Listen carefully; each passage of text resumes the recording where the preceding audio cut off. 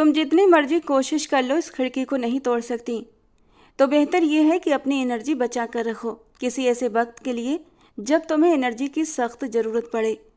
वो जो लगातार 1 घंटे से खिड़की तोड़ने की कोशिश कर रही थी, जानी पहचानी सी आवाज़ सुनकर पलट कर देखा तो सामने खड़े युवराज रघुवंशी खड़ा था।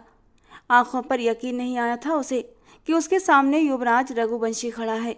इसका मतलब उसे यहाँ पर लाने वाला कोई और नहीं बल्कि यही था। और ये सोचते ही वो जी जान से कांपी। इतना तो उसे अंदाजा हो ही गया था कि ये सब कुछ किसी दुश्मनी के तहत किया गया है, मगर वो ये सब सोच भी नहीं सकती थी कि वो इंसान युवराज होगा, क्योंकि उसे युवराज से इस घटिया काम की उम्मीद नहीं थी। हाथ में पकड़ा हैवी बांस जिससे वो खिड़की को तोड़ने की कोशिश कर रही थी, उसके हाथ से छूटकर गिरा था। कदमों ने उसका वजन रोकने से इनकार कर दिया था। वो लड़खड़ाकर गिरती इससे पहले ही उसने खुद को संभाला था। आंखों की कोर से एक आंसू टपक कर गाल पर आया था। वो ये कैसे कर सकता था? एक बार भी नहीं सोचा कि ये सब करने से मेरी इज्जत तार तार हो जाएगी, लोग मुझ पर उंगलियां उठाएंगे। अगले ही पल मायरा के होंठ खुले थे कुछ कहने के लिए। तुम यहाँ पर, इसका मतलब तुमने ही मुझे अगवा किया है। वो अपनी बात पूरी भी नहीं कर पाई थी, कांपती हुई आवाज़ में सवाल कर रही थी। हाँ, मैं यहाँ पर। तुम्हें क्या लगा था कि इतनी आसानी से मैं तुम्हें माफ़ कर दूंगा? तो मेरी जान, तुम्हारी गलतफहमी दूर करने के लिए ही मैंने तुम्हें ये छोटा सा ट्रेलर दिखाया है, लेकिन अभी बहुत जल्द तुम्हारे सामने एक पिक्चर चलने वाली है जो तुम्हारी अपनी ज़िंदगी की कहानी होगी। वो सीने पर हाथ बांधे बड़ी सर्द निगाहों से मायरा को देख रहा था और मायरा उसकी ठंडी निगाहों में जमती जा रही थी। उसे एहसास हो चुका था कि उसकी गलती की बहुत भयानक सज़ा उसे मिलने वाली थी। उसकी सारी अकड़, सारी बहादुरी एक पल में हवा हो गई थी। अगले ही पल वो उसके सामने आकर खड़ी हो गई। आंसू भरी निगाहें सामने खड़े बेदर्द और पत्थर दिल इंसान पर टिकाई थीं, एक उम्मीद के साथ कि शायद ये इंसान उसे माफ़ कर देगा। और इसी उम्मीद पर उसने उसके सामने हाथ जोड़ दिए थे। प्लीज़ मुझे छोड़ दो, मुझे जाने दो। मैं तुमसे माफ़ी मांगने के लिए तैयार हूँ। माफ़ी? अब माफ़ी मांगना चाहती हो तुम मुझसे? युवराज ने उसे बाजू से खींचकर अपनी ओर किया था। उसके बाजू पर युवराज की पकड़ इतनी मजबूत थी कि मायरा दर्द से बेहाल हुई थी, लेकिन उसे दर्द की परवाह कहाँ थी। उसकी जान तो इसलिए हवा हुई थी कि युवराज उसके इतना करीब था। अब माफ़ी मांगने का वक्त गुजर चुका है। जब तुम्हें माफ़ी मांगनी चाहिए थी तब तुम खुद को 30 मार खा समझकर पूरी यूनिवर्सिटी में घूम रही थी। अब मुझे तुम्हारी माफ़ी की ज़रूरत नहीं। ये कहकर युवराज ने उसे अपने और भी करीब खींचा था, इतना करीब कि मायरा का नर्म नाजुक वजूद उसके सख्त चौड़े सीने से टकराया था। प्लीज़ मेरे पास मत आना। वो तेज़ी से पीछे की ओर हटी थी। फिक्र मत करो, तुम जैसी लड़की को हाथ लगाना तो दूर की बात, मैं देखना भी पसंद नहीं करता। ये कहकर उसने मायरा को एक जोर का झटका दिया था कि वो लड़खड़ाकर बेड पर जाकर गिरी थी। और फिर युवराज ने उसके करीब से अपनी जैकेट उठाई और रिहाई मिलने पर मायरा के चेहरे पर सुकून की लहर आई थी, जो कि युवराज की निगाहों से बच न सकी। ज़्यादा खुश होने की ज़रूरत नहीं है। अभी तो तुम्हारे लिए मैंने सज़ा तय की है, तुम्हें सज़ा दी नहीं है। और तुम्हारी सज़ा ये है कि मैं तुमसे शादी करूँगा। तुम खुद को मेरे साथ शादी के लिए तैयार कर लो। थोड़ी ही देर में पंडित जी यहाँ पहुँचने वाले हैं। और युवराज के इरादे जानकर मायरा के तन बदन में एक आग सी लग चुकी थी। मैं तुमसे शादी नहीं करूँगी, उसने चीखते हुए कहा था। मैंने तुमसे तुम्हारी मर्जी या तुम्हारी सलाह नहीं मांगी है, क्योंकि यहाँ तुम्हारी नहीं मेरी मर्जी चलेगी। तो जो कह रहा हूँ चुपचाप वही करो, वरना तुम्हारे घर वालों को तिगनी का नाच नचा दूंगा। वो जैकेट पहनकर उसकी चैन बंद करता हुआ अब शीशे के सामने जाकर खड़ा हो गया था और अपने घने बालों में बड़े ही लापरवाही से ब्रश करता हुआ मायरा के दिल की धड़कनें बढ़ा चुका था। लेकिन युवराज की अगली बात ने तो मायरा के शरीर से जैसे उसकी जान ही खींच ली थी। जब युवराज ने कहा कि मुझे तो ये भी पता चला है कि तुम्हारी एक बहन भी है, बहुत खूबसूरत, जो तुमसे लगभग 2 साल छोटी है और कॉलेज की स्टूडेंट है। तुम ना सही तो तुम्हारी बहन सही। सोच रहा हूँ कि खबरदार, खबरदार, जो तुमने मेरी बहन की तरफ नज़र उठाकर भी देखा। वो हलक के बल चिल्लाई थी। उसका ये अंदाज देखकर वो मुस्कुराने लगा। ब्रश ड्रेसिंग टेबल पर रखकर वो मायरा के सामने आकर खड़ा हुआ था। आंखों में जलते गुस्से के शोले देखकर मायरा एक पल के लिए सहम गई थी। ठीक है, अगर तुम्हें अपनी बहन की इज्जत प्यारी है तो खुद को शादी के लिए मानसिक रूप से तैयार कर लो। मैं नहीं चाहता कि तुम पंडित जी या फिर मेरे दोस्तों के सामने कोई भी तमाशा खड़ा करो। अपनी बात कहकर मायरा पर एक सख्त निगाह डालता हुआ वो वहाँ से जा चुका था, जबकि वो जमीन पर बैठती चली गई। हाथ दोनों पैरों के आसपास लपेटे सर घुटनों पर टिका दिया था और फिर फूट फूट कर रो पड़ी। उसे ये तो पता था कि अब उसकी ज़िंदगी पहले जैसी नहीं रहेगी। जो लड़की घर से एक रात के लिए गायब हो जाए उसकी इज्जत क्या रह जाती है, उसे अच्छे से पता था। उसकी ज़िंदगी बर्बाद हो चुकी थी। काश मैं उस इंसान के खिलाफ गवाही न देती तो आज मेरे ऊपर ये मुसीबत न टूटती। ये मैंने क्या कर दिया। उसने अपने बाल दोनों हाथों से पकड़ लिए थे। उसकी आंखों के सामने अपने बूढ़े माँ बाप का चेहरा घूमने लगा। इतने समय तक लोगों ने उनका जीना हराम कर रखा होगा। लोगों के ताने, उनके अजीबोगरीब सवाल, क्या जवाब दिया होगा मेरे माँ बाप ने लोगों को। जवान बेटी घर से गायब हो जाए तो ये माँ बाप के लिए मौत के बराबर होता है। उसका दिमाग अतीत में घूमने लगा। जब उसने यूनिवर्सिटी में एडमिशन लिया था तो पहले ही दिन उसकी माँ ने उसे समझाया था, पढ़ने जा रही हो, सिर्फ पढ़ाई पर ध्यान देना, अपनी इज्जत को संभाल कर रखना। औरत की इज्जत कांच से भी नाजुक होती है। एक बार दरार आ जाए तो फिर पूरी ज़िंदगी वो दरार नहीं भरती। हम लोगों के पास सिवाय इज्जत के कोई दूसरी चीज़ नहीं है। इसीलिए अपने बूढ़े माँ बाप की इज्जत की लाज रख लेना। मुझे तो इस बात का डर है कि जो तुम्हारे सिर पर यह हमेशा सच बोलने का और गलत के खिलाफ खड़े होने का जो भूत सवार है ना, ये कहीं तुम्हें ले न डूबे। एक बात मेरी याद रखना, चाहे कुछ भी हो जाए, पढ़ाई के अलावा किसी भी मामले में दखल देने की कोशिश मत करना। क्योंकि तुम जिस यूनिवर्सिटी में जा रही हो वो कोई छोटी यूनिवर्सिटी नहीं है, शहर की सबसे बड़ी यूनिवर्सिटी है और वहाँ अमीर ज़्यादा भी पढ़ते होंगे। जो जैसा करे उसे करने देना। तुम किसी के भी मामले में दखल मत देना, सिर्फ अपनी पढ़ाई से मतलब रखना। समझ रही हो ना मैं क्या कह रही हूँ। और मायरा अपनी माँ के इतने लंबे चौड़े लेक्चर पर मुंह बनाकर रह गई थी। ओफ मम्मी, आप तो मुझे ऐसे ट्रेंड कर रही हैं जैसे मैं यूनिवर्सिटी नहीं बल्कि किसी जंग पर जा रही हूँ। और एक बात मैं आपको साफ साफ बता दूँ कि अगर मेरे सामने कुछ भी गलत होगा तो मैं उसे सहन नहीं करूँगी। वो बस मुंह फुलाकर वहीं सोफे पर बैठते हुए पानी का गिलास मुंह को लगा गई थी, जबकि अर्पिता जी ने अफसोस से अपनी बेटी को देखा था। अर्पिता जी को अपनी बेटी के लिए सत्यवादिता एक आंख नहीं भाती थी, क्योंकि वो जानती थी कि उनकी बेटी बहुत भोली है। चूँकि उसे पढ़ने का बहुत शौक था और उसे स्कॉलरशिप भी मिल गई थी, इसीलिए उसकी जिद के आगे हार मानते हुए उन्होंने उसका एडमिशन यूनिवर्सिटी में करा दिया था। अपनी माँ को पूरी तरह संतुष्ट करते हुए वो यूनिवर्सिटी आने जाने लगी थी, मगर उनका दिल तब तक बेचैन रहता जब तक कि वो घर वापस न आ जाती। मम्मी कहाँ हो आप, मुझे आकर बचा लो, ले जाओ यहाँ से, मेरा यहाँ दम घुट रहा है। वो एक बार फिर से रो पड़ी थी। वो नहीं जानती थी कि उसे यहाँ आए हुए कितना दिन हो चुके हैं, क्योंकि ना तो कमरे में घड़ी थी और ना ही कोई रोशनी आने का जरिया। कमरे में खिड़की जरूर थी लेकिन वो बंद थी और रोशनी की एक किरण भी अंदर नहीं आ पा रही थी। वो फिर से उठी थी और एक बार फिर से खिड़की पर लगे ताले को खोलने की कोशिश करने लगी, लेकिन ताला बहुत मजबूती से लगाया गया था कि खुलकर ही नहीं दे रहा था। वो अपना दिमाग चलाने लगी। इस ताले को ताकत से तोड़ना उसके बस की बात नहीं थी, बस उसके लॉक को खोलना अब जरूरी था। और ताले को लॉक को खोलने के लिए मायरा इधर उधर नज़र दौड़ाने लगी कि कहीं कोई ऐसी चीज़ मिल जाए जिससे कि ताले का लॉक खोला जा सके। अचानक ही उसकी नज़र बेड के पास बनी एक दराज पर पड़ी थी। उसने जल्दी से जाकर वो दराज खोला और एक पल में ही उसकी आंखें चमक उठी थीं। उसे उम्मीद नहीं थी कि उसे इतनी जल्दी कैद से रिहाई मिल सकती थी। सामने ही एक चाबी पड़ी हुई थी। उसका दिल तेजी से धड़कने लगा। उसने दोबारा एक नज़र खिड़की पर लगे ताले पर डाली। शायद इस ताले को ये चाबी से ताला खुल जाए। उसके दिल में उम्मीद की किरण जागी थी। हे भगवान, मेरी सहायता कर। उसने दिल ही दिल में भगवान से प्रार्थना की और फिर भगवान का नाम लेकर ही वो ताला खोलने लगी।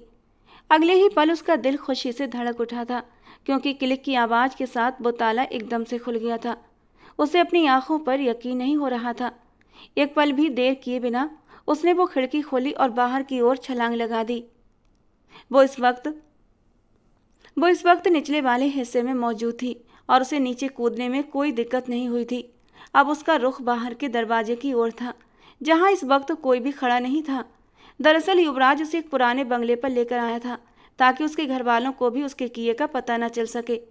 युवराज के तो बहमो गुमान में भी नहीं होगा कि मायरा इतनी आसानी से उसकी कैद से छूटकर भाग सकती है, और इसीलिए उसने बाहर कोई खास सिक्योरिटी नहीं लगाई थी।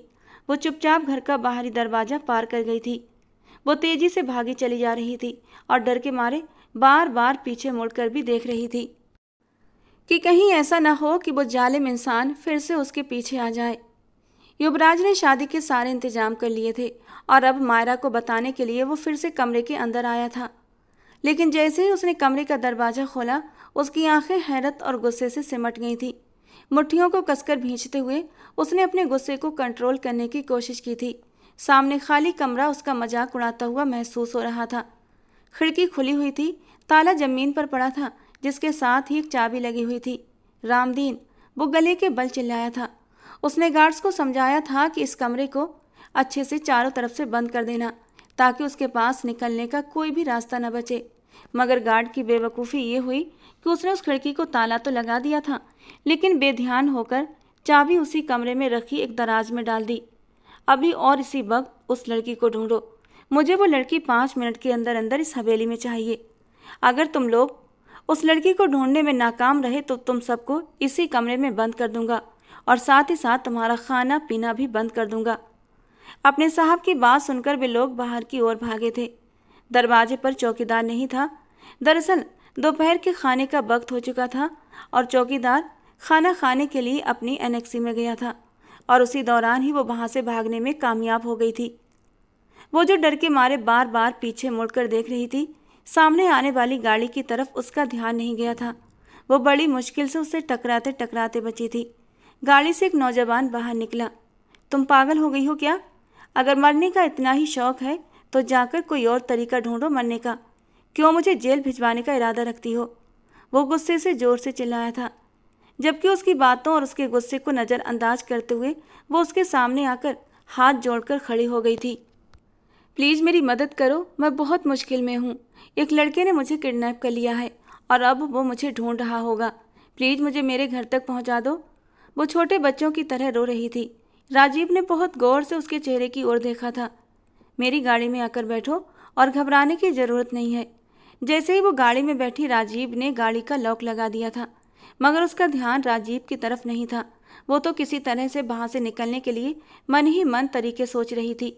गाड़ी एक अनजाने सफ़र पर चल पड़ी। उसे उस कमरे में बेहोश पड़े हुए लगभग पूरा दिन गुजर चुका था। वो कल शाम के वक्त वहाँ लाई गई थी और अभी दोपहर के 3 बज रहे थे। गर्मी बहुत तेज़ थी, मगर एसी वाली गाड़ी में बैठते ही उसके वजूद को थोड़ा सा सुकून मिला था। तुम्हें उस इंसान ने कैद करके क्यों रखा था? राजीव अब ड्राइव करते हुए उससे सवाल भी कर रहा था, और मायरा की आंखों में आंसू छलक आए। सिर्फ और सिर्फ इंतकाम लेना चाहता है वो मुझसे। बदले की आग में उसने मेरी ज़िंदगी बर्बाद कर दी, और दूसरा दिन है उसने मुझे अपनी कैद में रखा है। पता नहीं मेरे माँ बाप का क्या हाल होगा। वो लगातार रोते हुए अपने आंसू भी पोंछ रही थी। क्या तुम्हारे पास तुम्हारे माँ बाप का नंबर है? राजीव के पूछने पर उसने तेजी से हाँ में सर हिलाया और अपने पापा का नंबर उसे लिखवाने लगी। क्या तुम्हें लगता है कि तुम्हारे माँ बाप तुम्हें स्वीकार कर लेंगे, जबकि तुम 2 दिन से घर से गायब हो? राजीव के सवाल पर वो कुछ लम्हों के लिए खामोश हो गई। वो इस बारे में नहीं जानती थी। मैं उन्हें सच्चाई बताऊंगी, उसने नज़रें चुराते हुए कहा। और क्या वो तुम पर यकीन कर लेंगे? राजीव ने फिर से सवाल किया। वो उसके चेहरे को देखता रहा। इस बारे में अभी मैंने नहीं सोचा, लेकिन मुझे पूरा विश्वास है कि मेरे माँ बाप मुझ पर भरोसा करेंगे और मेरी बात को समझेंगे। ये कहकर उसने अपना चेहरा विंडो के बाहर की ओर कर लिया था। लेकिन जाने पहचाने रास्तों को देखकर उसका दिल धक से हुआ था। कुछ तो गड़बड़ थी। उसने हैरान होकर अपनी बराबर वाली सीट पर बैठे राजीव की ओर देखा था, जो बड़ी ही बेफिक्री से ड्राइविंग कर रहा था। ये तुम मुझे कहाँ लेकर जा रहे हो? अचानक ही उसकी नज़र एक खास पेड़ पर पड़ी। ये पीपल का बहुत बड़ा और घना पेड़ था, जिस पर केसरी धागे लिपटे हुए थे। इस पेड़ को वो कैसे भूल सकती थी? युवराज के घर से भागने पर उसने कुछ पल के लिए इस पेड़ की ओट में छिपकर खुद के डर पर काबू पाया था। गहरी होती सांसों को बहाल किया था। उसके बाद ही आगे की ओर कदम बढ़ाए थे। और अब इस पेड़ को देखकर उसकी जान जैसे लबों पर आई थी। ये तो वही पेड़ है, वो जैसे खुद से ही बोली थी, जो युवराज रघुवंशी के घर से थोड़े ही फासले पर था। शुरू में राजीव ने एक अलग रास्ता चुना था, मगर वो उसे दोबारा उसी जगह पर ले आया था। लिटिल गर्ल, मैं तुम्हें वहीं लेकर जा रहा हूँ जहाँ तुम्हारी असली जगह है। प्लीज ऐसा मत करो, मैं तुम्हारे सामने हाथ जोड़ती हूँ, वो गिड़गिड़ाने लगी। मगर राजीव तो जैसे उसकी कोई भी बात सुनी नहीं रहा था। युवराज अपने घर के दरवाजे पर ही खड़ा था। जैसे ही राजीव गाड़ी से उतरा, वो उसके गले लग गया। यार, तेरा बहुत बहुत धन्यवाद। अगर ये लड़की दोबारा से मेरे हाथ से निकल जाती तो मैं कभी भी खुद से नजरें नहीं मिला पाता। ये तो मेरा फर्ज था। जो काम करने में मेरे यार को सुकून मिलता है, उस काम को करने के लिए मैं दिलो जान से हमेशा राजी रहता हूँ। कहते हुए उसने जोरदार कहकहा मारा था और मायरा आंसू भरी निगाहों से उन दोनों दोस्तों को देख रही थी। उसे अब खुद पर ही अफसोस होने लगा कि क्यों उसने राजीव से मदद मांगी थी। और कोई हुक्म है सरकार का? राजीव ने अपने सीने पर हाथ रखते हुए अपने खास अंदाज में कहा। दरअसल वो उसकी शादी में शामिल होने के लिए ही आ रहा था, जब उसे युवराज की कॉल आई थी कि वो लड़की घर से भागने में कामयाब हो गई है। उसकी खुशकिस्मती थी कि थोड़ी देर बाद उसकी गाड़ी से एक लड़की आकर टकराई। वो कोई छोटा बच्चा नहीं था। उसने उस लड़की को देखते ही समझ लिया था ये वही है जिसके बारे में उसका दोस्त बात कर रहा था। और फिर उसने मैसेज में उस लड़की का हुलिया युवराज को बताया तो युवराज ने उसे वापस हवेली में लाने का हुक्म दे दिया। चलो अब बाहर निकलो। युवराज ने उसे बाहर आने का इशारा किया, मगर वो गाड़ी में ही चिपक कर रह गई। युवराज ने गाड़ी का दरवाज़ा एक झटके से खोला और उसका हाथ पकड़कर उसे बाहर खींच लिया। मुझसे दूर भागने के सारे मौके तुम अपने हाथों से अब गवा चुकी हो। शादी के सारे इंतजाम हो चुके हैं और अंदर पंडित जी बैठे हुए इंतजार कर रहे हैं। और मायरा सिसक उठी थी। भगवान के लिए मुझ पर रहम खा लो। मेरे माँ बाप शर्म से मर जाएंगे। मुझे सबसे कोई फ़र्क नहीं पड़ता। तुम सोच भी सकती हो कि तुम्हारी वजह से मैं कितना शर्मिंदा हुआ था। तुमने मुझ पर एक ऐसे गुनाह का इल्ज़ाम लगाया जो मैंने किया ही नहीं था। तुम्हारी गवाही की वजह से मुझे यूनिवर्सिटी से निकाल दिया गया। ये मेरे लिए बहुत बड़ी बदनामी थी और तुम्हारी वजह से ही मेरे जान से प्यारे पापा भी मुझसे नाराज़ हो गए। इस सब का हिसाब तो तुम्हें देना ही होगा। ये कहकर वो उसे एक बार फिर से घसीटते हुए अंदर ले गया और फिर उसके चंद ही दोस्तों की मौजूदगी में उसकी शादी हो गई। वो मायरा शर्मा से मायरा रघुवंशी बन चुकी थी। कभी सोचा नहीं था कि किस्मत उसके साथ इतना बड़ा मजाक करेगी। उसके तो बड़े बड़े ख्वाब थे। वो किसी मकाम तक पहुंचना चाहती थी, मगर अब उसे लग रहा था कि उसके सारे ख्वाब टूट चुके हैं। शादी हो चुकी थी तो जो कुछ मेहमान थे एक एक करके युवराज को बधाई देकर जा चुके थे और वो सोफे के एक कोने में टिकी बैठी अपनी उंगलियां बेचैनी से मरोड़ रही थी। युवराज ने उससे शादी तो कर ली थी, अब आगे क्या होने वाला था उसे नहीं पता था। मायरा को समझ नहीं आ रहा था आखिर युवराज ने उससे शादी ही क्यों की, जबकि उसने कहा था कि वो मुझ जैसी लड़की को हाथ लगाना भी पसंद नहीं करता। फिर भला शादी करने का क्या मतलब था? अभी वो आने वाले पलों के बारे में ही सोच रही थी जब युवराज उसके सामने आकर खड़ा हो गया और मायरा ने डरी हुई निगाहों से युवराज की ओर देखा, जिसके चेहरे पर बस एक ठंडा एहसास था। अब यहाँ पर बैठी मेरा मुंह क्या देख रही हो? अपना बोरिया बिस्तर उठाओ और यहाँ से दफ़ा हो जाओ, युवराज ने नफरत भरे लहजे में कहा था। तो उसके चेहरे को वो देख कर रह गई और दिल में मचलता सवाल उसके लबों पर आ गया। अगर तुमने मुझे घर से निकालना ही था तो मुझसे शादी क्यों की? मुझे इतने दिन तक अपनी कैद में क्यों रखा? और युवराज के लबों पर एक जहर भरी मुस्कान आई थी, ताकि तुम्हें बदनाम कर सकूं, तुम्हें एहसास हो सके कि बदनामी का दर्द क्या होता है। तुम्हारी मांग में मेरे नाम का सिंदूर और गले में पड़ा मंगलसूत्र देकर तुम्हें एहसास होता रहे कि तुमने किससे पंगा लिया था। अब जाओ यहाँ से। कहीं ऐसा ना हो कि अपनी जायज़ रिश्ते में बंधी पत्नी को सामने देकर मेरे जज्बात बहक जाएं और मैं आगे की रस्म भी पूरी कर लूँ। उसकी बात का मतलब समझकर मायरा का दिल डर के मारे सिमट गया था। आधी रात हो चुकी है, मैं इस वक्त कहाँ जाऊँगी? ये मेरा मसला नहीं है, तुम खुद ही देख लो। वैसे दूसरा ऑप्शन भी है तुम्हारे पास। मेरे कमरे का दरवाज़ा तुम्हारे लिए खुला है। मेरे कमरे में आकर मेरे बेड पर मेरे साथ सो सकती हो, मना नहीं करूँगा, बल्कि तुम्हें तुम्हारा हक दूंगा। ये कहकर वो अपने कमरे में चला गया, लेकिन जाने से पहले अपने गार्ड को ऑर्डर देना नहीं भूला था कि वो उस लड़की को 5 मिनट के अंदर अंदर वहाँ से बाहर निकाल दे। गार्ड उसके करीब आया और सम्मानित अंदाज में बोला, माफ़ कीजिएगा छोटी मालकिन, लेकिन ये साहब का हुक्म है। अगर मैंने उनकी बात न मानी तो वो मुझे नौकरी से निकाल देंगे। वो इस वक्त अपने दिल में शदीद तकलीफ उठती हुई महसूस कर रही थी। उसके दिमाग में सबसे पहला ख्याल अंकित का आया था, जो उसका मंगेतर था। लगभग 3 साल पहले ही दोनों की रजामंदी पर उनकी मंगनी हो गई थी और अब कल दोनों की शादी भी होनी थी। ठीक हल्दी वाले दिन युवराज ने उसे कैद कर लिया था। वो पहले से सारी प्लानिंग कर चुका था।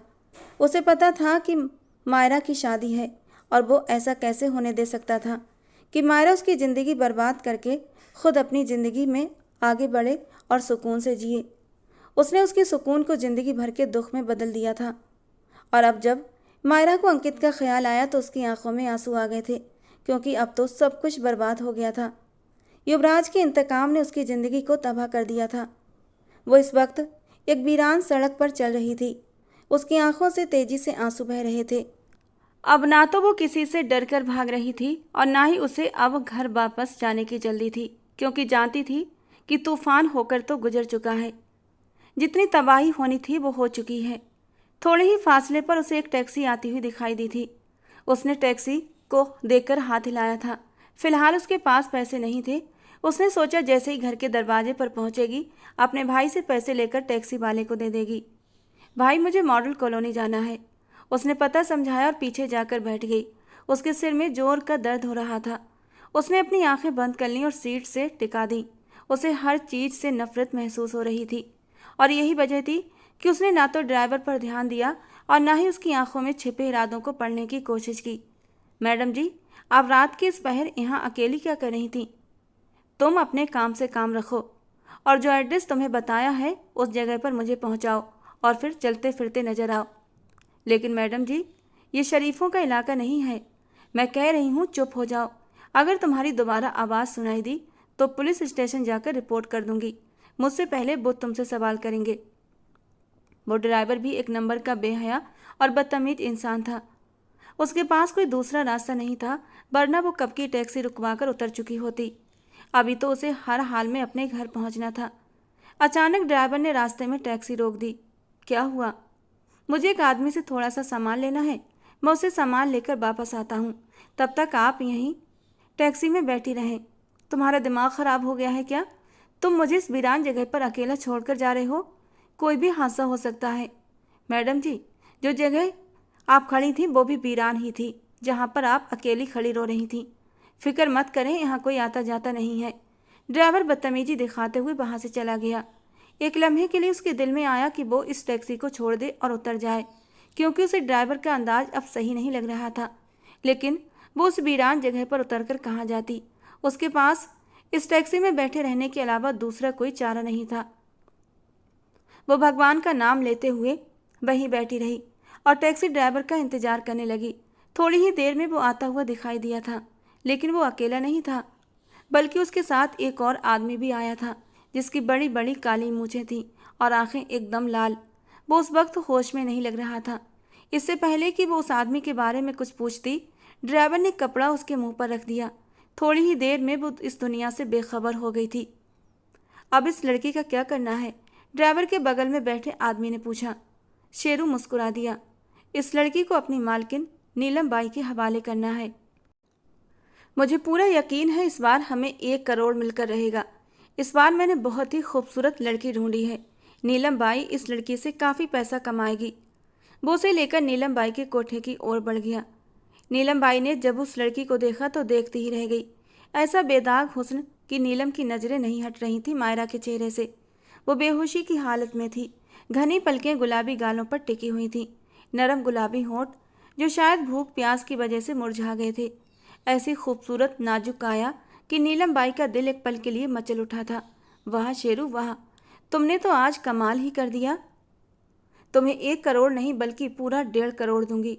ये लड़की तो किसी कीमती नगीने से कम नहीं है। मैं इसे सबसे पहले सेठ के हवाले करूंगी। वो मुझे इसकी एक मोटी रकम अदा करेगा। उन्होंने वहां बैठे बैठे ही फैसला कर लिया था। इस वक्त वो दुनिया जहान से बेखबर थी। वो नहीं जानती थी कि उस पर कितनी बड़ी कयामत गुजरने वाली है। बेगम साहिबा, आप जाने और आपका काम जाने। मेरा मकसद इस लड़की को आप तक पहुंचाना था। बस आप मेरे हिस्से के पैसे मेरे अकाउंट में ट्रांसफ़र कर दें। शेरू ने सारे मामले से छुटकारा पाने की कोशिश की और साथ ही साथ उसने अपने पैसे की मांग भी नीलम बाई के सामने रख दी। फिक्र मत करो, कल सुबह ही सारे पैसे तुम्हारे अकाउंट में ट्रांसफ़र हो जाएंगे। तुम खामोशी से यहाँ पर क्यों खड़ी हो? इसके ऊपर पानी डालो ताकि ये होश में आए। उन्होंने पास खड़ी एक और लड़की को चीखते हुए कहा। वो लड़की दौड़ती हुई आई और ठंडे पानी का जग भर कर ले आई और उसने वो सारा पानी उसके ऊपर उंडेल दिया। वो हड़बड़ाकर उठ बैठी। देखा तो किसी अनजान जगह पर मौजूद थी। वो बुरी तरह घबराई थी। चकराते सर को अपने हाथों में थाम लिया। ये मैं कहाँ हूँ? उसके दिमाग में वो सारे पल घूमने लगे कि वो टैक्सी ड्राइवर उसके करीब बढ़ रहा था और फिर उसके मुंह पर एक रुमाल रख दिया था। उसके बाद वो बेहोश हो गई थी। इसका मतलब उस टैक्सी ड्राइवर ने ही ये सब कुछ किया है। रात का समय था। नीलम बाई ने पल्लवी को हुक्म दिया कि वो उस लड़की को बाहर लेकर आए ताकि वो भी कुछ खा ले। जिस तरह की कमजोरी मायरा को लग रही थी वो ये बताती थी कि वो पिछले 3 दिनों से लगातार भूखी थी। हालांकि युवराज ने उसके लिए खाना भेजा था, लेकिन उसे उस वक्त इतना गुस्सा था कि उसने खाना उठाकर दीवार पर दे मारा था। इसके बावजूद भी उसके कमरे में खाना आता था और उसने जिद और गुस्से में आकर खाने को हाथ भी नहीं लगाया था। और अब तो उसे ऐसा लगने लगा था जैसे उसकी भूख ही मर चुकी हो। पल्लवी ने उससे आकर कहा तो उसने सख्ती से इनकार कर दिया।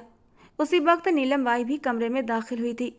ये नखरे अपने बाप के घर में दिखाना, यहाँ तुम्हारे नखरे बर्दाश्त नहीं होंगे। तुम्हें अपना ख्याल रखना होगा। अगर तुम्हारे हुस्न में जरा सी भी कमी आई तो तुम्हें अधमरा कर दूंगी। अपनी डाइट का ख्याल रखो ताकि तुम्हारे चेहरे पर रौनक आए और तुम ज़्यादा से ज़्यादा मर्दों को अपनी ओर खींच सको। ये सुनकर उसने तकलीफ से अपनी आंखें बंद कर लीं। वो जो हमेशा खुद को इन सब चीज़ों से बचा कर रखती थी, जिसने हमेशा अपनी इज्जत की हिफाजत की थी, जो हमेशा खुद को छिपा कर रखती थी, वो सोच भी नहीं सकती थी कि इस तरह से जलीलो रुस्वा हो जाएगी। हे भगवान, ये कैसी आजमाइश है और ये कब ख़त्म होगी? वो सिर्फ सवाल कर सकती थी, उसके पास इसका कोई जवाब नहीं था। युवराज, मैं तुम्हें कभी माफ़ नहीं करूँगी। तुम्हें मेरी आह लगेगी। तुम्हारी ज़िंदगी से सुकून गायब हो जाएगा। जितनी तकलीफ़ें मैं उठा रही हूँ तुम भी उतनी ही तकलीफ़ें उठाओगे। तुम मुझसे माफ़ियाँ मांगने के लिए मुझे ढूंढते फिरोगे, मगर मैं तुम्हें कभी माफ़ नहीं करूँगी। उसे युवराज से नफरत महसूस हो रही थी। थोड़ी ही देर बाद नीलम बाई के साथ पल्लवी बाहर निकल गई थी। साथ ही साथ वो भी उसके साथ बाहर आई थी। खाने को उसने कुछ ही निवाले लिए थे, मगर नीलम बाई के लिए इतना ही काफ़ी था। तो तुमने आगे के बारे में क्या सोचा है? उन्होंने अचानक ही उसे सवाल किया। मैं आपकी बात समझी नहीं। साफ मतलब है कि तुम काम कब से शुरू कर रही हो? वैसे तो मैंने सोचा था कि तुम्हें सेठ प्रीतम दास के हवाले कर दूं, लेकिन अगर उससे पहले मुझे कोई बड़ी आसामी मिल जाती है तो तुम्हें उसके सामने भी पेश कर दूंगी। अगर तुम मेरा साथ देने का फैसला करो और मेरे साथ कदम से कदम मिलाकर चलो तो तुम ऐश करोगी। नीलम बाई की बात सुनकर मायरा गुस्से से चीख पड़ी थी। मुझे ऐसी ऐश भरी जिंदगी नहीं चाहिए जिसमें मुझे अपना जिस्म बेचना पड़े। अरे देखो तो सही, कोठे में बैठकर कैसी बातें कर रही है। नीलम बाई ने उसकी नादानी पर हंसते हुए कहा। वहाँ और भी लड़कियाँ थीं। कुछ लड़कियाँ नीलम बाई के साथ हंसने लगीं तो कुछ लड़कियाँ अफसोस से मायरा को देखने लगीं। चलो अब अपने कमरे में जाओ, काफ़ी रात हो गई है। और हाँ, एक बात कान खोलकर सुन लो, यहाँ से भागने की कोशिश भी मत करना, वरना मुंह की खाओगी। युवराज उस वक्त बेचैनी से अपने कमरे में चक्कर काट रहा था। राजीव खामोशी से सोफे पर बैठा उसे इधर से उधर चक्कर लगाते हुए देखे जा रहा था। वो लड़की कहाँ पर होगी? उसने राजीव से सवाल किया। मुझे क्या पता यार, तूने खुद ही तो उसे अपने घर से निकाला था। राजीव उस वक्त बेफिक्र नजर आ रहा था। मैंने अपने आदमियों से पता करवाया था, वो अपने घर भी नहीं पहुंची है और यहाँ पर भी नहीं है। आखिर वो गई तो गई कहाँ? तुझे उससे क्या मतलब? तेरा काम तो सिर्फ और सिर्फ उसे बर्बाद करना था ना, तो तू उसे बर्बाद कर चुका है। अब उसके बारे में ज़्यादा मत सोच, वरना तेरा अपना दिमाग खराब होगा। वो मेरी पत्नी है। युवराज हलक के बल चिल्लाया था तो राजीव उसके चेहरे की तरफ हैरानी से देखने लगा। तुझे कब से सबसे फर्क पड़ने लगा? तूने तो मुझे कहा था कि ये शादी तूने सिर्फ उसे उसकी नज़रों में गिराने के लिए की है और चंद ही दिनों बाद तू उसे तलाक भी दे देगा। उसके माथे पर तलाक का धब्बा लगाकर उसे ज़िंदगी भर की तकलीफ देगा। फिर ये पति पत्नी का ड्रामा क्यों कर रहा है? 1 मिनट, कहीं ऐसा तो नहीं कि तुझे अफसोस हो रहा है कि तूने उसे छुए बिना ही जाने दिया? अगर ऐसी बात है तो इसमें भी गलती तेरी है। अगर तुझे उसे इस्तेमाल ही करना था तो पहले कर लेता। शादी करने की क्या? इससे पहले कि वो कुछ और कहता, युवराज ने एक जोरदार मुक्का उसकी नाक पर रखा था। उसकी नाक से खून का फव्वारा निकला था। ये क्या बदतमीजी है? तू होश में तो है? वो हलक के बल चिल्लाया।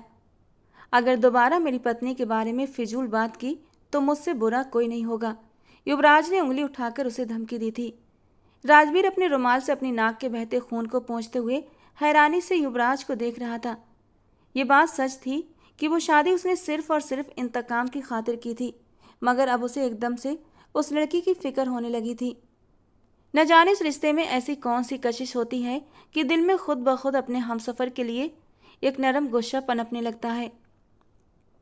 राजीव भी हैरान हुआ था युवराज की हालत देखकर, और अब राजीव को अपने कहे हुए शब्दों पर पछतावा भी हो रहा था, क्योंकि वो समझ चुका था कि वो लड़की उसके दोस्त की ज़िंदगी में अब क्या अहमियत रखने लगी है, क्योंकि राजीव की आंखों में वो उस लड़की के लिए जुनूनी इश्क की चमक देख चुका था। और राजीव को समझते देर न लगी कि उसका दोस्त युवराज उस लड़की को पसंद करने लगा है, उससे मोहब्बत कर बैठा है।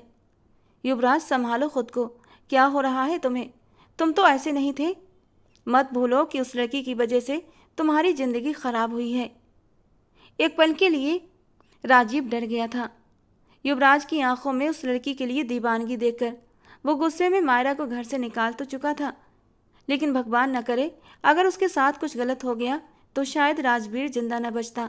राजीव ये बात अच्छे से महसूस कर सकता था और इसीलिए वो उसे समझाने उसके करीब हुआ था। भूल जा युवराज, उस लड़की को भूल जा। वो तेरी जिंदगी नहीं है।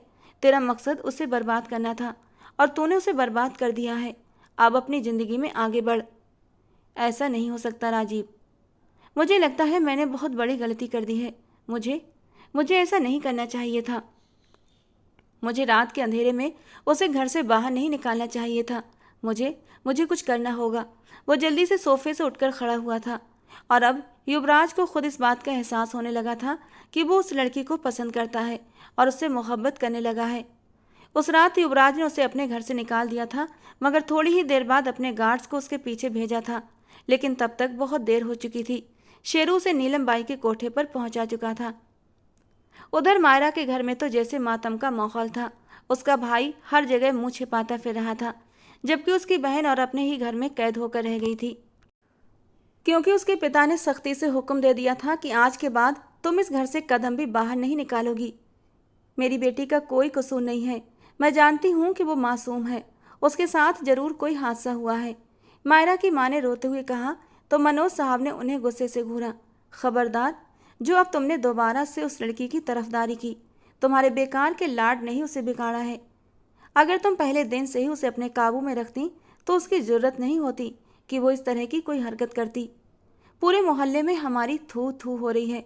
हम यहाँ उसकी शादी की भाग दौड़ में लगे हुए हैं और वो अपनी शादी के दिन ही घर से फरार हो गई। जब उसने अपने लिए पहले से ही यार देख रखा था तो फिर शादी का दिखावा क्यों कर रही थी? पहले ही बता देती तो मैं उसी लड़के के साथ ही उससे विदा कर देता। कम से कम ये बदनामी तो नहीं होती। मनोज जी का गुस्से के मारे बुरा हाल था। उनका बस नहीं चल रहा था। अगर मायरा उनके सामने आ जाती तो वो उसे गोली मार देते। उसने कुछ भी नहीं किया। वो घर से भागी नहीं है। इससे पहले कि वो कुछ और कहती, सागर ने अपनी माँ का बाजू पकड़कर उन्हें खींचते हुए अपने कमरे में ले गया था। मम्मी, बस कर दें, भगवान के लिए बस कर दें। बस बहुत हो गया। हर वक्त इस घर में दीदी की बातें होती रहती हैं। उन्होंने जो करना था वो कर चुकी हैं। अब वो यहाँ से चली गई हैं और अगर उन्होंने गलत किया है तो उन्हें अपने किए की सज़ा भी मिल जाएगी। लेकिन प्लीज़ घर का माहौल मत बिगाड़िए। आपकी वजह से गुड्डू और मीना हर वक्त डरे सहमे रहते हैं। मुझे बताओ कि आखिर इन दोनों को किस बात की सज़ा मिल रही है? और अर्पिता जी फूट फूट कर रो पड़ी थीं। वो कैसे अपनी बेटी को इस तरह भुला देती? नौशी ने भी आगे बढ़कर माँ को तसल्ली दी थी। दरअसल वो 5 बहन भाई थे। सबसे बड़ी मायरा थी, फिर उसका भाई और फिर नौशी। उसके बाद 2 जुड़वा बच्चे थे, गुड्डू और मीना। उन लोगों का ख़ानदान एक खुशहाल ख़ानदान था। किसी भी तरह की कोई परेशानी या तंगी नहीं थी। वे लोग एक सुकून भरी जिंदगी जी रहे थे कि अचानक ही उनकी जिंदगी में एक तूफान आ गया। तुम खुद ही मुझे बताओ कि एक माँ का दिल कैसे चैन में रह सकता है, वो भी उस वक्त जब उसकी जान से प्यारी औलाद उसकी नज़रों के सामने ना हो। आप बस उसके लिए भगवान से प्रार्थना करें, क्योंकि भगवान से प्रार्थना करने के अलावा हमारे पास कोई दूसरा रास्ता नहीं है। नहीं, मैं इस तरह अपनी बच्ची को अकेला नहीं छोड़ सकती। मैं उसके लिए कुछ करूँगी, उसे घर वापस लेकर आऊँगी। मैं पुलिस में जाऊँगी और रिपोर्ट करवाऊंगी। अर्पिता जी पागलपन की हालत में सर जोर से ना में हिलाते हुए बोले जा रही थी। बस कर जाओ। अब क्या तुम ये चाहती हो कि पूरी दुनिया के सामने हमारा तमाशा बने? तुम जानती भी हो कि जब हम पुलिस में रिपोर्ट करवाने जाएंगे तो वो सबसे पहले यही कहेंगे कि किसी यार के साथ भाग गई होगी। पुलिस वालों को तुम जानती नहीं हो, वो इन सब बातों को कितना सीरियस लेते हैं। मनोज साहब अपनी बीवी की एक भी बात मानने को तैयार नहीं थे। दिन तेजी से गुजरते चले जा रहे थे। युवराज रघुवंशी उसे हर जगह ढूंढ चुका था, मगर वो उसे कहीं भी मिल नहीं रही थी। न जाने उसे आसमान खा गया था या जमीन निगल गई थी। जैसे जैसे दिन गुजर रहे थे, युवराज रघुवंशी का जुनून मायरा के लिए बढ़ता जा रहा था। उसे खुद की हालत पर हैरत होती थी। जब उसे उस लड़की से इतनी ही मोहब्बत थी तो उसने उसे जाने क्यों दिया? ये बात उसके दिल में कसक बनकर चुभती थी। एक दिन जब दिल कुछ ज़्यादा ही बेकरार हुआ तो वो गाड़ी की चाबी उठाकर घर से बाहर चला आया था। काफ़ी देर तक इधर उधर सड़कों पर गाड़ी दौड़ाता रहा और फिर थक हार कर वो समंदर के किनारे जाकर खड़ा हो गया था और अपने अतीत के बारे में सोचने लगा। उसकी ज़िंदगी भी उस वक्त तक बहुत खुशगवार थी, जब तक कि मायरा ने उसके किरदार पर इल्ज़ाम नहीं लगाया था। वो अपनी यूनिवर्सिटी का सबसे ब्रिलियंट स्टूडेंट था, सबसे लायक और टैलेंटेड। हर किसी की ज़बान पर सिर्फ उसी का नाम होता था। एक तो वो अपने टैलेंट और काबिलियत की वजह से पूरी यूनिवर्सिटी में मशहूर था। दूसरा, उसकी पर्सनालिटी ऐसी जादू भरी थी कि उसकी पर्सनालिटी के जादू से कोई बच ही नहीं पाता था। हर स्टूडेंट, हर टीचर की ज़बान पर एक ही नाम होता था, युवराज रघुवंशी। मगर यह भी कुछ ही समय तक रहा, क्योंकि फिर उसी यूनिवर्सिटी में मायरा ने एडमिशन ले लिया था, जो उसकी ही टक्कर की थी। हर चीज़ में वो युवराज रघुवंशी को टक्कर देती थी, फिर चाहे वो खूबसूरती की बात हो या फिर टैलेंट और इंटेलिजेंस की। सिर्फ 1 महीने में ही सारे टीचर्स उसकी तारीफ़ें करने लगे थे। हर स्टूडेंट की ज़बान पर सिर्फ उसी का नाम होता था। उसकी खूबसूरती और मासूमियत को देखकर हर कोई उसे दोस्ती करना चाहता था। लड़के तो उसे देखकर ठंडी आहें भरा करते थे और उसके साथ का सपना सजाने लगे थे। लेकिन मायरा किसी को लिफ्ट नहीं कराती थी। उसने अपनी माँ की बात अपने पल्लू से बांध रखी थी। वो सिर्फ पढ़ाई से मतलब रखती थी। मायरा शुरू से ही हक बात कहने के पक्ष में थी। उसे झूठ, फरेब और भ्रष्टाचार से सख्त नफरत थी। लेकिन उसके साथ ही वो बहुत भोली भाली और मासूम थी। आसानी से लोगों की बातों में आ जाती थी। उसकी दोस्ती क्लास की सबसे अमीर लड़की कोमल से हो गई, जो बाहर से बहुत अच्छी लगती थी, लेकिन अंदर से किसी जहरीली नागिन से कम नहीं थी। वो मायरा से जलती थी। हर कोई उसका दीवाना था और वो उसे नीचा दिखाने के लिए उसने मायरा से दोस्ती की थी। एक दिन मायरा लाइब्रेरी में बैठी पढ़ाई कर रही थी, जब उसे कोमल की तरफ से कॉल आई थी। प्लीज़ मेरे पास आओ, मुझे तुम्हारी ज़रूरत है। सिर्फ तुम ही हो जो मुझे बचा सकती हो। उसकी बात सुनकर मायरा बुरी तरह घबरा उठी थी, क्योंकि कोमल के बोलने के अंदाज में बहुत ज़्यादा घबराहट थी, जैसे वो बहुत बड़ी मुसीबत में फंसी हुई हो। वो जल्दी से भागी और ग्राउंड के पिछले हिस्से में गई, जहाँ कोमल खड़ी थी। उसे देखकर मायरा हैरान रह गई थी। उसके कपड़े जगह जगह से फटे हुए थे। वो एकदम मायरा के सीने से लग गई और फूट फूट कर रोने लगी। प्लीज़ मेरी मदद करो मायरा, सिर्फ तुम ही हो जो मुझे इस मुश्किल से निकाल सकती हो। वो बहुत ज़्यादा परेशान थी और रो रही थी। तुम्हारा ये हाल किसने कर दिया? मायरा ने उससे पूछा, तो वो रोते हुए युवराज का नाम लेने लगी। मायरा को कुछ पल के लिए अपने कानों पर विश्वास नहीं हुआ था, क्योंकि उसने सुना था कि वो बहुत ही अच्छा इंसान है, औरतों की इज्जत करता है और किसी भी लड़की की तरफ नज़र उठाकर नहीं देखता। और जब से वो यूनिवर्सिटी में आई थी तब से उसने भी देखा था, यूनिवर्सिटी की कई लड़कियां युवराज की तरफ बढ़ने की कोशिश करती थीं, लेकिन उसका अंदाज हमेशा ठंडा रहता था। पूरी यूनिवर्सिटी में आज तक उसकी कोई गर्लफ्रेंड नहीं बनी थी। ये बात मायरा को सोचने पर मजबूर कर रही थी, लेकिन यहाँ कोमल की हालत कुछ और ही बता रही थी। ये तुम क्या कह रही हो? ज़रूर तुम्हें कोई गलतफहमी हुई है। क्या तुम 100% श्योर हो कि तुम्हारे साथ ये सब कुछ करने वाला युवराज ही है? मायरा ने उससे सवाल किया, तुम्हें क्या लगता है मैं तुमसे झूठ बोलूंगी? वो तुरंत ही गुस्से से आग बबूला हुई थी। मायरा एक पल के लिए हड़बड़ा गई थी। नहीं कोमल, मेरा ये मतलब नहीं था। लेकिन युवराज तो बहुत अच्छा बनने का सिर्फ नाटक करता है, अच्छा है नहीं। आज उसने मौका पाकर मुझे बर्बाद कर दिया और अब तुम उसके खिलाफ गवाही दोगी। तुम प्रिंसिपल सर को बताओगी कि तुमने उसे मेरे साथ ये सब कुछ करते हुए खुद अपनी आंखों से देखा है। तुम पागल तो नहीं हो गई हो?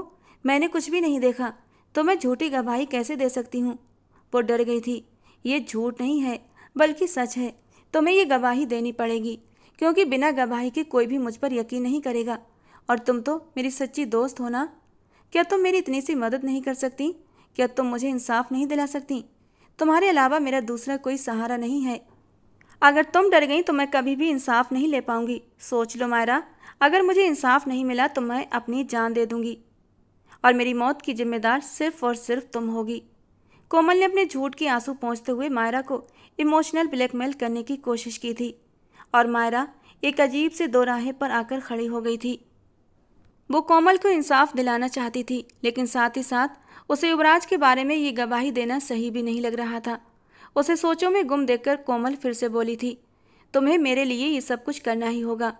वो उसका हाथ पकड़कर उसे जबरदस्ती प्रिंसिपल के ऑफिस में ले आई थी और फिर उसी दिन उसने युवराज के खिलाफ गवाही दे दी। उधर युवराज जो मन ही मन मायरा को पसंद करने लगा था और सोच रहा था बहुत जल्द उस लड़की को प्रपोज करेगा और पढ़ाई खत्म होते ही उसे अपनी जिंदगी में शामिल कर लेगा। अब उसे मायरा से गहरी नफरत होने लगी थी। वो हर हाल में उससे बदला लेना चाहता था क्योंकि उस लड़की की वजह से न सिर्फ वो पूरी यूनिवर्सिटी में जलील हो गया था बल्कि बुरी तरह बेइज्जत करते हुए उसे यूनिवर्सिटी से निकाल दिया गया था। उसकी बरसों की बनाई हुई रेपुटेशन पल भर में खराब हो गई थी। स्टूडेंट और टीचर उसे अफसोस भरी नज़रों से देख रहे थे। कुछ स्टूडेंट्स आपस में बातें कर रहे थे कि बाहर से कितना सीधा साधा और शरीफ है और अंदर से काम पूरे बिलन वाले हैं। उसने एक नफरत और कहर भरी नज़र मायरा पर डाली थी और मायरा उसकी नज़रों की गर्मी से बुरी तरह दहल उठी थी। कुछ गलत होने का तुरंत एहसास हुआ था लेकिन अब क्या किया जा सकता था क्योंकि वो गवाही दे चुकी थी और तीर कमान से निकल चुका था। यूनिवर्सिटी से तो निकल ही गया था, इसके साथ साथ उसे उसके घर से भी निकाल दिया गया था। मायरा भी इस घटना के बाद बहुत ज़्यादा डर गई थी। कुछ दिन तो वो यूनिवर्सिटी भी नहीं गई थी क्योंकि प्रिंसिपल सर ने उसे मना कर दिया था। उसने अपने घर वालों को इसके बारे में कुछ भी नहीं बताया था क्योंकि जानती थी उसकी माँ बहुत परेशान हो जाएंगी। वैसे भी फाइनल होने वाले थे। उसने सोचा कि फाइनल के तुरंत बाद ही वो अपने गांव चली जाएगी और थोड़ा सा टाइम वहाँ बिताएगी। उसका आखिरी पेपर था उस दिन। वो यूनिवर्सिटी से वापस आ रही थी जब किसी ने पीछे से आकर उसके मुंह पर एक रुमाल रखा था और फिर उसे अपनी गाड़ी में धकेल दिया। उसे अंदाजा तो हो ही गया था ये काम जरूर युवराज का है, मगर इसके बावजूद वो एक बार उसे देखना चाहती थी क्योंकि कहीं ना कहीं उसका दिल इस बात को मानने से इनकारी था कि ये काम युवराज कर सकता है। और फिर जिस दिन युवराज उसके सामने प्रकट हुआ उस दिन उसके सारे शक यकीन में बदल गए थे।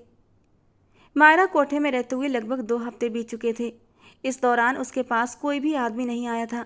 शायद उसकी किस्मत अच्छी थी क्योंकि नीलम बाई उसका पहला सौदा किसी बहुत बड़ी पार्टी के साथ करना चाहती थी और वो पार्टी अभी तक नीलम बाई के हाथ नहीं लगी थी। जैसे ही नीलम बाई का पहला सौदा किसी बड़ी पार्टी से हो जाता उसके बाद नीलम बाई के हाथ में एक अच्छी मोटी रकम आ जाती और उसके बाद तो मायरा को रूटीन पर आना ही पड़ता, जो रूटीन कोटे का था, यानी हर रात नए नए मर्दों का आना और उन्हें खुश करना। उसके बाद मायरा को रोज़ रात खुद को एक नए मर्द के सामने पेश करना होता और वो रो रो कर भगवान से प्रार्थना करती थी, उसका धन्यवाद करती कि भगवान ने उसे अभी तक बचा कर रखा हुआ था। लेकिन कब तक मायरा खुद को बचा कर रख सकती थी? एक ना एक दिन तो कोठी की गंदगी उसके वजूद से लग ही जानी थी। उस दिन बहुत ही खुशगवार शाम थी। वो लॉन में बैठी हुई डूबते सूरज को देखे जा रही थी जब अचानक ही उसे अपने नाम की पुकार सुनाई दी। उसने पलट कर देखा तो पल्लवी खड़ी थी। इन 2 हफ्तों में पल्लवी ने उसका बहुत ख्याल रखा था। पल्लवी भी हालात की मारी हुई थी और कोठे पर आ गई थी। उसकी सौतेली माँ ने उसे कोठे पर बेच दिया था और पल्लवी ने भी इस कोठे से निकलने की कोशिश नहीं की थी क्योंकि उसके लिए तो चाहे कोठा था या फिर उसकी सौतेली माँ का घर, सब एक जैसा था। कम से कम कोठे पर उसे अपनी सौतेली माँ की मार को सहना नहीं पड़ता था। भरपेट खाने को मिलता था और काम तो वही करती थी जो सौतेली माँ के घर पर भी उसे करना पड़ता था। वही कोठे पर भी कर रही थी और अब तो पल्लवी को इस सब की आदत लग चुकी थी। आज पल्लवी बहुत परेशान नजर आ रही थी। क्या हुआ है तुम्हें? चेहरे पर 12 बज रहे हैं, मायरा ने मजाकिया अंदाज में पूछा। वक्त आ गया है, पल्लवी ने निगाहें झुकाते हुए जवाब दिया। क्या मतलब है तुम्हारा? किस बारे में बात कर रही हो? नीलम बाई का हुक्म है कि तुम्हें तैयार किया जाए। शाम के वक्त कोई खास और बहुत अमीर आदमी आ रहा है। नीलम बाई चाहती है कि तुम्हें इस आदमी के सामने पेश किया जाए। आज नीलम बाई को उसकी मनपसंद पार्टी मिल गई है और उन्हें उनकी मुंह मांगी रकम भी मिलेगी। ये तुम क्या कह रही हो? मैं सच कह रही हूँ। अब तुम्हारे पास फरार होने का कोई रास्ता नहीं है। बेहतर यही है कि कोई तमाशा किए बिना चुपचाप उनकी बात मान लो। आखिर बकरे की माँ कब तक खैर मनाएगी? अब जबकि तुम इस कोठे पर आ ही गई हो तो तुम्हें खुद को हालात के हवाले कर देना चाहिए। वो उसका हाथ पकड़कर कमरे में ले गई थी। उस दिन पल्लवी ने उसे तैयार किया था। मायरा बहुत हंसी लग रही थी, जैसे आसमान से उतरी कोई परी हो। वो किसी भी आदमी का दिल धड़काने की काबिलियत रखती थी। उसने तो सोचा था कि वो शादी करेगी और किसी की पत्नी बनेगी, एक नॉर्मल खुशगवार जिंदगी जिएगी, लेकिन उसके सारे सपने अधूरे रह गए थे। उसकी ज़िंदगी में शायद यही गंदगी लिखी हुई थी। आंसू लगातार उसकी आंखों से निकल रहे थे। प्लीज़ चुप कर जाओ, तुम्हारा मेकअप ख़राब हो रहा है, पल्लवी ने उसे डांटा। उसी वक्त नीलम बाई भी कमरे में आई थी और बोली, कितना वक्त हो गया है तुम दोनों को, जल्दी करो, वो ख़ास मेहमान आ चुके हैं और मैं उन्हें इंतज़ार नहीं करवाना चाहती। जल्दी से तैयार करो इसे और लेकर आओ। युवराज बाहर अपने कुछ दोस्तों के साथ खड़ा हुआ था। उसके 2 दोस्त ज़बरदस्ती उसे यहाँ पर लेकर आए थे, क्योंकि आज की रात युवराज ने मायरा के गम में कुछ ज़्यादा ही पी ली थी। वो अपने होश में नहीं था, लगातार मायरा मायरा चिल्ला रहा था। राजीव उसका मूड खुशगवार करना चाहता था। उसने सुना था यहाँ की लड़कियाँ बहुत खूबसूरत और दिलकश होती हैं, और वो ज़बरदस्ती युवराज का हाथ पकड़कर गाड़ी में बिठाकर यहाँ तक ले आया था। आज तुम्हारा दिल खुश न हो जाए तो कहना, उस लड़की को एक ही रात में भूल जाओगे। युवराज को वो कमरा दिखाया गया। नशे में झूमता युवराज कमरे के अंदर दाखिल हुआ था, लेकिन जैसे ही उसने सामने बैठी हुई शख्सियत को देखा, उसे लगा जैसे किसी ने जोरदार तमाचा उसके मुंह पर मारा हो। सारा नशा एक पल में हवा हो गया था। मायरा भी चक्कर खाकर बेहोश हो गई थी। तुम लोगों की हिम्मत कैसे हुई मेरी बीबी के साथ ऐसा सलूक करने की? वो अब नीलम बाई के सामने खड़ा ऊंची आवाज़ में चिल्ला रहा था। वो एक बहुत बड़े बिजनेसमैन का बेटा था, इसलिए वहाँ खड़ा हर इंसान चुप था। उसने 5 करोड़ नीलम के मुंह पर मारे और उस लड़की को लेकर फिर से हवेली वापस आया था। जब जब मायरा होश में आई तो उसने देखा कि युवराज ने अपना सिर उसके पैरों पर रखा हुआ था और वो फूट फूट कर रो रहा था। मुझे माफ़ कर दो, मुझसे गलती हो गई। मैं सोच भी नहीं सकता था कि मेरे गुस्से के इतने सख्त नतीजे निकलेंगे। वो बस चुपचाप उसका चेहरा देखती जा रही थी। मैं आपसे नाराज़ नहीं हूँ। अगर मैं आपकी जगह होती तो शायद बदले की आग में जलते हुए मैं भी यही कदम उठाती। आपने तो कुछ भी गलत नहीं किया था। मुझसे बदला भी लिया तो एक हद में रह कर लिया। मुझे हाथ भी नहीं लगाया, मुझसे शादी की और बिना छुए ही मुझे जाने के लिए कह दिया था। हालांकि आप चाहते तो मेरी इज्जत को बिना किसी रिश्ते के ही रौंद सकते थे। मैं आपकी कैद में थी, लेकिन नहीं, आपने तो शादी के बाद भी मुझे हाथ नहीं लगाया था। बस आपकी गलती थी तो इतनी थी कि आपने मुझे गुस्से और बदले की आग में आप इस कदर अंधे हो गए कि आपने मुझे रात के समय ही घर से बाहर निकाल दिया था। और फिर शायद मेरी किस्मत ही ख़राब थी जो मैं वहाँ कोठे तक जा पहुँची। जो कुछ भी हुआ है उसे भूलने की कोशिश कर रही हूँ। आप भी भूल जाइए। मैंने आपको माफ़ कर दिया। वो उसे माफ़ कर चुकी थी। युवराज ने उसे खींचकर अपने सीने से लगा लिया। उसके बेकरार दिल को एक सुकून मिला था और मायरा भी तड़प तड़प कर रोई थी। उसे एक मजबूत सहारे की ज़रूरत थी, किसी अपने की ज़रूरत थी, और पता नहीं क्यों उसे युवराज दिल के बेहद करीब महसूस हुआ था। उसे युवराज से कोई शिकायत नहीं थी। पूरी रात वो युवराज की बाहों में लेटी रही और युवराज भी धीरे धीरे उसके सर को सहलाता रहा और वो सुकून से गहरी नींद सो गई थी। इतने दिनों में पहली बार उसे ऐसी सुकून भरी नींद आई थी। सुबह हुई। युवराज उसे लेकर उसके माँ बाप के घर भी गया था, लेकिन मनोज जी ने अपनी बेटी को स्वीकारने से इनकार कर दिया था। मायरा को लग रहा था कि युवराज कभी भी उसके लिए स्टैंड नहीं लेगा और ना ही अपने माता पिता से उसकी बात करेगा। लेकिन उसकी हैरानी की कोई सीमा न रही जब वो उसे लेकर अपनी हवेली में गया था और अपने पिता को हकीकत के बारे में सब कुछ बता दिया था। युवराज की मां ने उसे स्वीकार कर लिया था और बहुत ही धूमधाम से अपनी बहू की मुंह दिखाई का फंक्शन रखा था। और जब रात को युवराज उसके करीब होने लगा तो मायरा ने खुशी खुशी अपना आप युवराज के हवाले कर दिया था। वो युवराज की बाहों में सिमटकर सब कुछ भूल जाना चाहती थी, अपने कड़वे दिनों को, उन कड़वी यादों को जिन्हें याद करने से सिर्फ और सिर्फ दुख और दर्द के अलावा कुछ नहीं मिलता था। युवराज के हर स्पर्श में मोहब्बत झलक रही थी। वो बहुत नरमी से, बहुत प्यार से मायरा को खुद में समेटता जा रहा था। युवराज के होंठों के स्पर्श पर मायरा का अंग अंग महकने लगा था। रात धीरे धीरे सरक रही थी और दोनों एक दूसरे की मोहब्बत की बारिशों में भीगते जा रहे थे। और फिर युवराज ने अपनी मोहब्बत मायरा पर इस कदर निछावर की कि उसे अपनी किस्मत पर गर्व होने लगा। उसने मायरा को अपनी हथेली का छाला बना लिया था। उसका बस नहीं चलता था कि मायरा को जमीन पर पैर न रखने दे। मायरा की गुलाबी रंगत जो कुछ ही दिनों में मुरझा गई थी, फिर से गुलाब की तरह खिल उठी थी। और ये सब युवराज के प्यार का नतीजा था। उसे वो हक, वो सम्मान मिला जो एक बीबी का होता है, एक बहू का होता है। लेकिन अब भी उसके दिल में एक कसक उठती थी। उसे अपने माँ बाप की, अपने बहन भाइयों की याद आती थी। लेकिन युवराज उसे अपनी चाहत में इस कदर समेट लेता कि वो सब कुछ भूल जाती। और फिर लगभग कुछ ही महीने बीते थे कि मनोज साहब भी अपनी बेटी से राजी हो गए थे। आखिर कब तक वे अपने खून से खफा रहते। उसके माँ बाप, उसके बहन भाई उससे मिलने आए थे उसकी हवेली में, और उसकी शान और शौकत और युवराज का उसके लिए प्यार देखकर उसकी माँ और पिताजी खुशी से फूली नहीं समा रही थीं। उसके बहन भाई भी खुश थे, हैरान थे। उसके पापा मनोज जी ने भी आगे बढ़कर बेटी के सर पर हाथ रखकर उसे आशीर्वाद दिया था। उसकी ज़िंदगी एक बार फिर से खुशगवार हो गई थी। अतीत में जितनी भी तकलीफ़ें थीं, जितनी भी कड़वाहटें थीं, वे सारी की सारी ख़त्म हो चुकी थीं। तो दोस्तों, आज की हमारी कहानी आपको कैसी लगी कमेंट बॉक्स में ज़रूर बताना। पसंद आई हो तो प्लीज़ लाइक करना। रोज़ एक नई और रोमांटिक कहानी सुनने के लिए हमारे चैनल को सब्सक्राइब करना। मिलते हैं दोस्तों अगली किसी नई कहानी के साथ।